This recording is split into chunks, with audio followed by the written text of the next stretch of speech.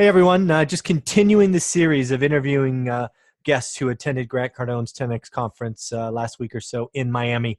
And with me today, I have David Pere, sorry. How you doing this morning, David, or this afternoon?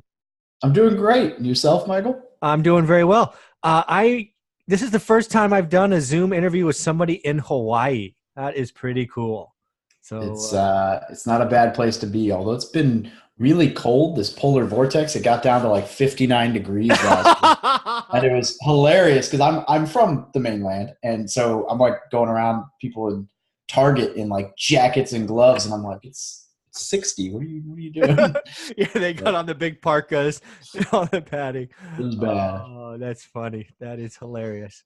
Yeah, 60 in Hawaii. I guess that would be kind of cold. It's probably normally 75, 80, something like that. I've been here 3 years, and I think that was the first time I've seen it below 70 on this island. Well, that doesn't suck, as they No, no, it's say. not. There you go. Well, that's pretty cool.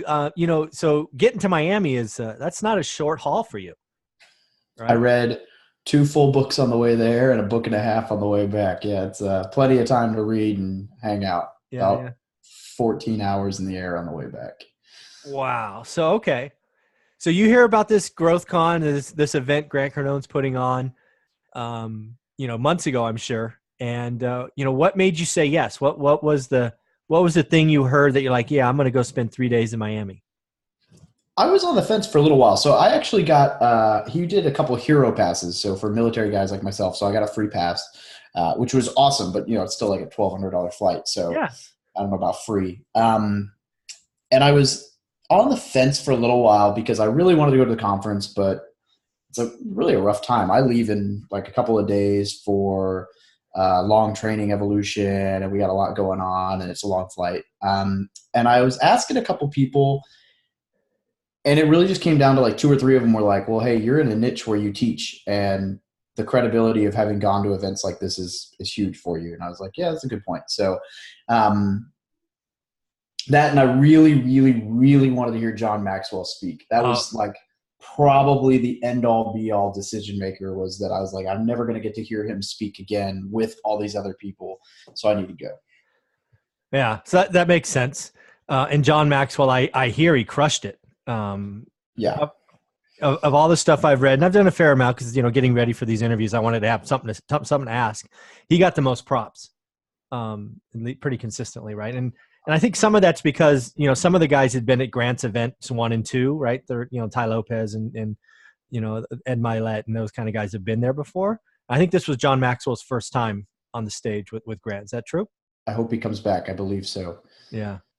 And so when he did his hour, I'd be curious if he hit your expectations, did he blow you away? What were the kind of gems and nuggets that good old Mr. John Maxwell left you with? So Mr. Maxwell. All right. So actually, you know what? I should probably just pull this out, right? I've got my notes. There you go. Um, This is look at this. live. I took all my notes from the event. So Mr. Maxwell, I've got. I mean, he's the only person I took 2 pages worth of notes on. Yeah. First off, I will say that he's one of the top two speakers I've ever heard anywhere.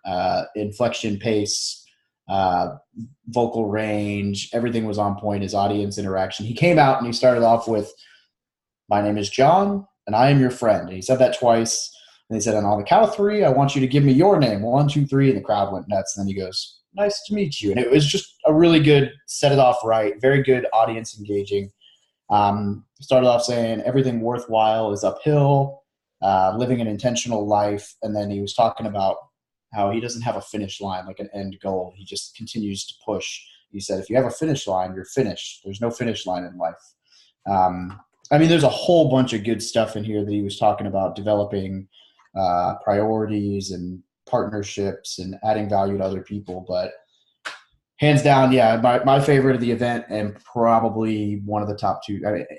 I don't know. He might be the number one speaker I've ever heard. He's one of the top two. I think the only other guy I'd put up there with him was probably because it was like a very small, well engaged, very, very close knit, interactive audience. But John was phenomenal. Yeah, I can just imagine, right? Trying to have that kind of pace and all of that with 35,000 people kind of looking at you. That's got to be a Yeah, little intimidating. absolutely. Yeah. All right. So he crushed it. He did Absolutely. expectations. Okay. Very cool. So you're at the event. Any other speakers sort of jump out at you that kind of maybe exceeded your expectation? You weren't sure what you were going to get, but really, really hit it out of the park?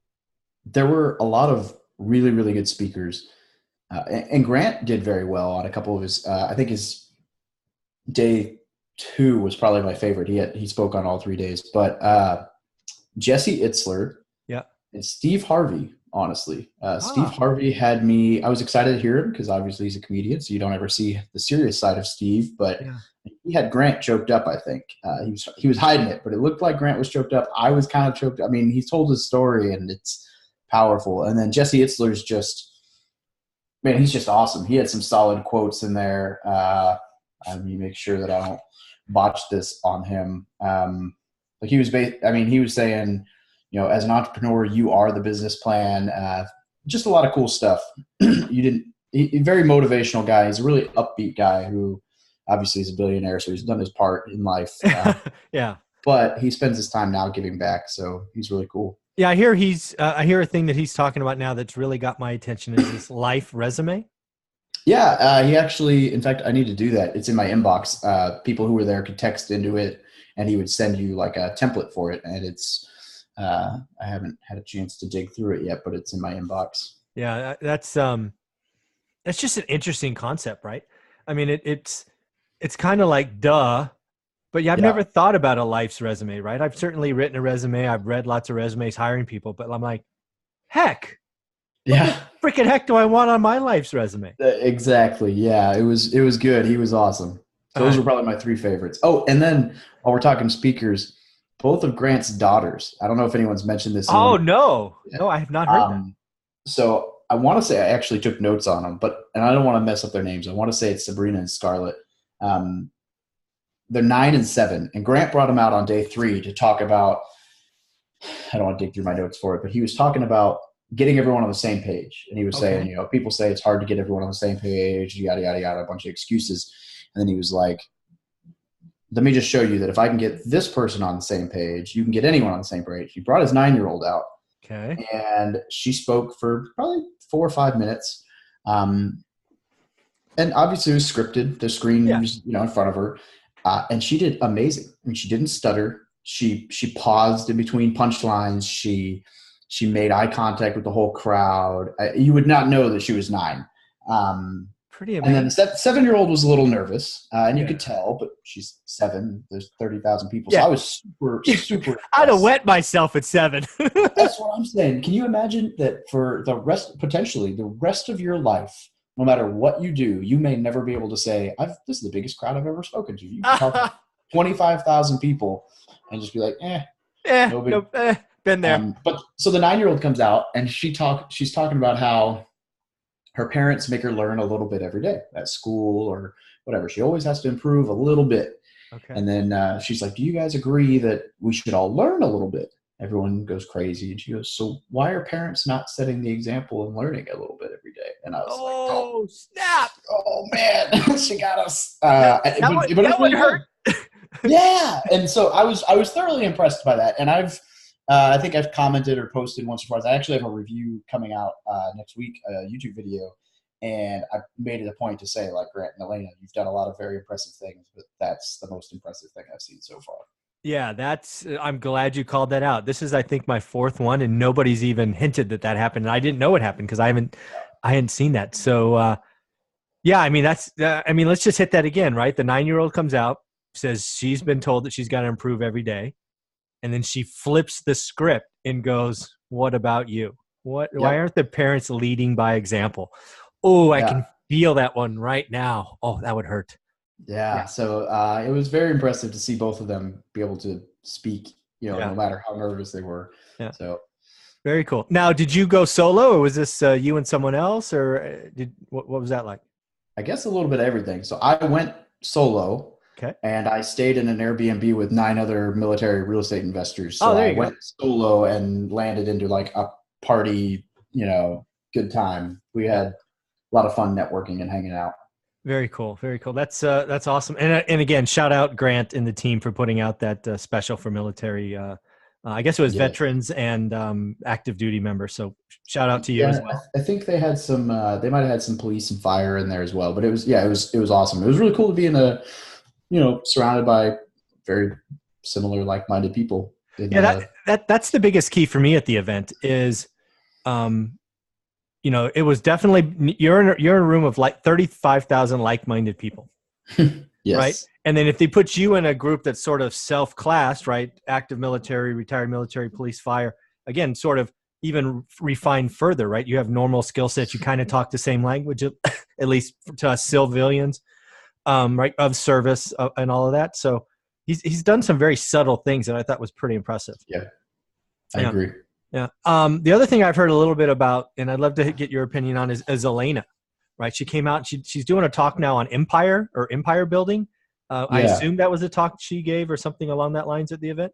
it was. And since we're in the tradition of me pulling notes, Yeah. I don't want to mess up my numbers. So she started with, I'm throwing business cards all over the place on my desk.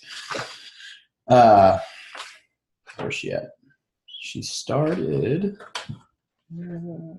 She was day 2. That's why. See, this is why I didn't pull these out. I should have looked at this earlier. No, this is good.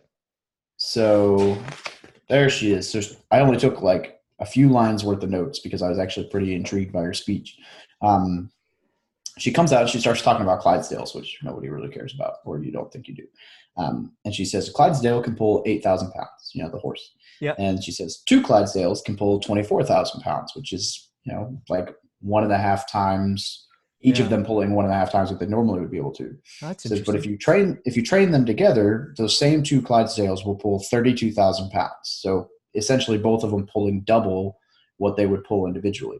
Wow. She says, and her point was, and I thought it was a pretty cool quote, is that humans argue about petty things, but horses just get the job done. And she starts this conversation. The whole talk is about you and your spouse or you and your partner being on the same page. And she did a lot of cutting through the BS, I guess, of petty stuff that people argue about. So I would imagine it was a fairly controversial topic, but I really enjoyed it. Yeah, I've heard. I haven't heard anything negative about that speech, and I've seen her give it on other talks. And it is just, it's something I push, right? I talk about in my book and all over, is you've got to be on the same page with your significant other. I don't care if it's man or woman, because this business, real estate investing, tests you. Bad things happen, right? And if you're not on the same page, a big fight will erupt when one of those bad things happen. And you need to deal with the bad thing, not deal with an angry significant other. So it's really strong to hear that. So I'm curious, when you sort of look back at the days, like I'm guessing day 1 was rah, rah, get excited. Day 2 was kind of goal setting and kind of, think big. And maybe day 3 was execution. Does that kind of roll kind of how we organized it, or did it not make sense, or what'd you think? Yeah, it was organized to be sales, marketing, and execution. Sales and marketing. Okay. All right. So it was, and I think he did a pretty good job of lining things up that way. Obviously, some of the speakers, John Maxwell is not going to come out and talk about marketing so much. Yeah. But Grant's talks were sales, marketing, and execution, and then he did a good job of trying to tie that all in together. Yeah. I'm curious. Did you stay the whole time? I did. Okay. How did he close? The last 2 guests didn't stay the whole time. So how did he close? How did it wrap all up? Oh, let me see if I got notes to make sure I get it right. Because obviously you heard about him jumping out of an airplane to start. I did. Yeah, that's not easy to do. I mean, I don't know how big that opening was, but it wasn't very big. Yeah, it was a tough enough. So I was sitting with 2 guys who were both. One was in the Naval Special Warfare community, and one was in the Army Special Warfare community. So both guys who are jump qualified to the nth degree. Yeah. It was a technical enough jump that it had them wondering if there was a stunt double. But I think I don't buy that, because I think he stands to lose more from it being discovered that it was a stunt double than he would gain from doing the trick. So I think. Oh, absolutely. He just wouldn't do it if it was. Yeah. Somebody takes one selfie and shows that it wasn't him. Reputation toast. Exactly. So I think it had to have been him, but it was definitely not an easy. I mean, a very technical jump for sure. So he closed. There you go. So closing thoughts. I wrote down 4 points. It says, when you leave here, he wants you to change, be successful, and then come back to the 10X. And then he plugged investing, Cardone or whatever. But his closing thoughts were to basically go out there and take what you learned here, change, and then put it to good use and push forward. And then it was just a whole bunch of loud music and people dancing on stage and stuff to close it out, but it was good. Yeah. So, now that you've gone through it, you're back, you're the high is wore off a little bit. It sounds like it exceeded your expectations, but I don't want to put those words in your mouth, but are you glad you went? Absolutely. Yeah. You're glad okay. And did you actually take anything away that you'll execute differently, or you have maybe already started executing differently? Yeah, there's a couple things I took away. So a lot of the marketing stuff kind of spoke to me as far as some of the different strategies for gaining attention and marketing a little bit. There was some digital marketing talk, and then some stuff regarding to speaking. I think that's probably the biggest thing, is just the marketing side of things is kind of like interesting to hear how other people are getting out there and gaining attention. Yeah. And again, I think you mentioned this earlier, but I'm not sure if we were recording. You went there because you're a real estate investor. Yeah. Right. Oh yeah. So my one complaint, and this isn't a complaint on the event. It is the nature of the beast. It was so big that networking was hard. Right. So it's hard to find when there's 35,000 people and you're like, hey, what's your niche? Oh, all right. Not relevant. Hey, what's your niche? Oh, yep. Not relevant. Oh, what's your niche? Oh, hey, we're real estate investors. Great. Yeah. So I think I've been to other conferences where they did a really good job of saying like, hey, if you're a real estate investor, go gather in this area and hang out with your people. But that just wasn't feasible here. Yeah. It was so big. And then the other thing is there was only like a 30-minute break between each speaker. So it was very speech. I didn't really want to, I feel like if I'd spent my whole time networking, I would have missed some of the talks, which is just how much he had packed in, which is awesome. But, it's kind of, for me, it's kind of trying to find that balance. So I think if I go back, or when I go back, for me, it might be worth buying the VIP or the Pro Pass to be down in the pit where you actually get to meet speakers and network with the guys who, paid some money to get down there. And then you have that kind of a conversation, kind of weed out, the schmucks like me who went for free. So yeah, I mean, I'm never going to call you a schmuck because you just come kill me in my sleep or something. But what I have heard is the people because I've interviewed a few people that had the VIP pass and they were on the floor, and they did admit that kind of self-selection made networking easier. Yeah. And you kind of get that, right? I don't know what it costs to be on the floor. Something. Yeah. It's something, right? So that's $1,000. Yeah, I'm sure. So that was interesting. The other thing I thought that was really cool, one of my guests, he actually brought a couple people with him, but they all wore the same color shirt that just said what they did, right? I think he was a wholesaler, right? Said wholesaler. Red. I'm a wholesaler. Big red shirt. I saw them. I talked to them. Yeah, exactly. I need to do that. Yeah, I mean, so that's that's just a good takeaway for next time, right? Why not wear I'd wear neon yellow or something. I would bright orange, right? Somewhere where you can't be missed. I thought that was pretty creative, right? I actually had shirts designed, and they got here the day after I flew out. So, but they weren't event specific, but they were at least enough to brand, and they missed the mark. But it's okay. Well, I mean, next time, I think that's just a lesson for anybody watching this, right? If you're going to go spend X amount of dollars going to an event, wear something that helps people self-select how to talk to you, right? Right. Just say what you do, right? Real estate, wholesale. Don't make it, some stupid saying that could be offensive, but go meet some people and have the clothes you wear. Cause again, and oh, by the way, remember you have two sides, the front and back, right? You can meet a lot of people that see your back and come up and, tap you on the shoulder. So, ironically, does this go live as a video? It will. No, it's not. It's just you and I, and then I will post. All right. So I just saying, so obviously I have a mustache, and my trend thing out here is like a crazy aloha shirts, Hawaiian shirts. Yeah. And I actually, just because of that, I had one or two people like grab me by the shoulder and be like, I know you. Oh, cool. So I can only imagine how, and both came up from behind. So I can only imagine how much more effective a shirt that said, this is me would be. Yeah.